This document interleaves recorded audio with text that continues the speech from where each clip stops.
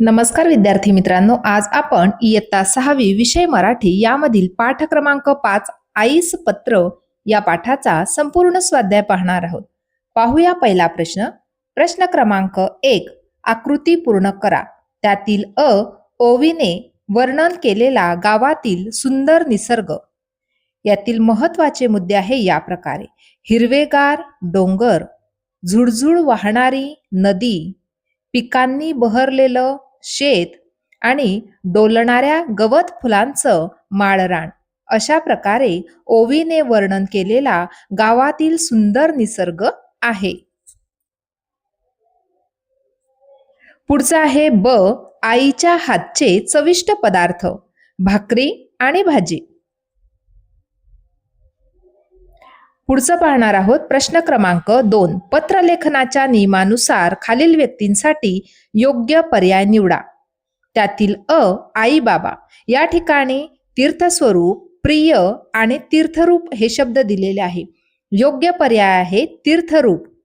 दुसरा आहे आजी आजोबा. या ठिकाणी पर्याय दिलेले आहे तीर्थरूप, तीर्थस्वरूप आणि प्रिय. पर्याय आहे तीर्थस्वरूप. पुढचा आहे मित्रमैत्रिणी. प्रिय, आदरणीय, वंदनीय. या ठिकाणी योग्य पर्याय आहे प्रिय. प्रश्न क्रमांक 3. कारणे लिहा. त्यातील देवळात 2 तास कसे गेले ते ओवीला समजले नाही. उत्तर: देवळात कीर्तनाचा कार्यक्रम एवढा रंगला होता की 2 तास कसे गेले ते ओवीला समजले नाही. त्यातील पुढचा प्रश्न आहे आ. ओवीने आईला पत्राचे उत्तर पत्रातूनच पाठवायला सांगितले. कारण. उत्तर आहे या प्रकारे: ओवीने आईला पत्राचे उत्तर पत्रातूनच पाठवायला सांगितले कारण तिलाही पत्र मिळाल्याचा आनंद अनुभवायचा होता. पुढचा प्रश्न आहे प्रश्न क्रमांक 4. नाती ओळखा व लिहा. त्यातील आजीची मुलगी ती ओवीची कोण? तर ती आई. दुसरं, आजीची आई ती ओवीची कोण? उत्तर आहे पणजी. पुढचं, ओवीचे बाबा ते आजीचे कोण? उत्तर आहे जावई.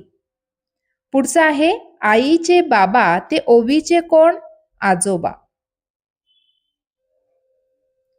लिहिते होऊया. त्यातील पहिला प्रश्न आहे: तुमच्या मित्राला किंवा मैत्रिणीला निबंध स्पर्धेत प्रथम पारितोषिक मिळाल्याबद्दल त्याचे किंवा तिचे अभिनंदन करणारे पत्र लिहा. बघा, आता या प्रकारे आपण हे पत्र लिहिलेले आहे. 20 जुलै 2026. या ठिकाणी दिनांक आपण उजव्या बाजूला लिहिलेली आहे. नंतर या प्रकारे सुरुवात करायची आहे: प्रिय मित्र सुरेश, किंवा जर आपली मैत्रीण असेल तर प्रिय मैत्रीण प्रिया किंवा प्रिय मैत्रीण रीना. सप्रेम नमस्कार. या ठिकाणी सुरेश हा मुलगा होता म्हणून या प्रकारे आपण हे पत्र लिहिलेलं आहे. तू कसा आहेस? तुझा अभ्यास कसा चालला आहे? तुला शाळेत निबंध स्पर्धेत प्रथम पारितोषिक मिळाल्याची बातमी ऐकली. तुला खूप अभिनंदन. हा तुझ्या मेहनतीचे फळ आहे. तुला भविष्यातही अशीच सफलता मिळत राहावी ही शुभेच्छा.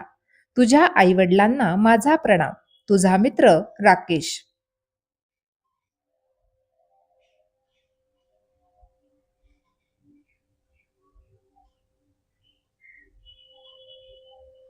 प्रश्न क्रमांक 2. ओवीने दरवर्षी सुट्टीत गावाला जायचे का ठरवले असावे ते तुमच्या शब्दात लिहा. उत्तर: निसर्गाचे सुंदर रूप पाहायला गावातच मिळते म्हणून ओवीने दरवर्षी सुट्टीत गावाला जायचे ठरवले असावे. विचार करा व सांगा. संवादाच्या पारंपरिक साधनांची नावे. उत्तर आहे या प्रकारे: पहिला आहे पत्र, दुसरा आहे तार, तिसरा आहे कबूतर आणि चौथा आहे संदेशवाहक. संवादाच्या आधुनिक साधनांची नावे. पहिला आहे टेलिफोन, दुसरा आहे मोबाईल, तिसरा आहे ईमेल आणि चौथा आहे व्हॉट्सअप. अशा प्रकारे आज आपण पाठ क्रमांक 5 आईस पत्र या पाठाचा संपूर्ण स्वाध्याय पाहिला. आजचा व्हिडिओ कसा वाटला ते नक्की कॉमेंट करून कळवा आणि व्हिडिओला लाईक, शेअर आणि सबस्क्राईब करायला विसरू नका मित्रांनो. धन्यवाद.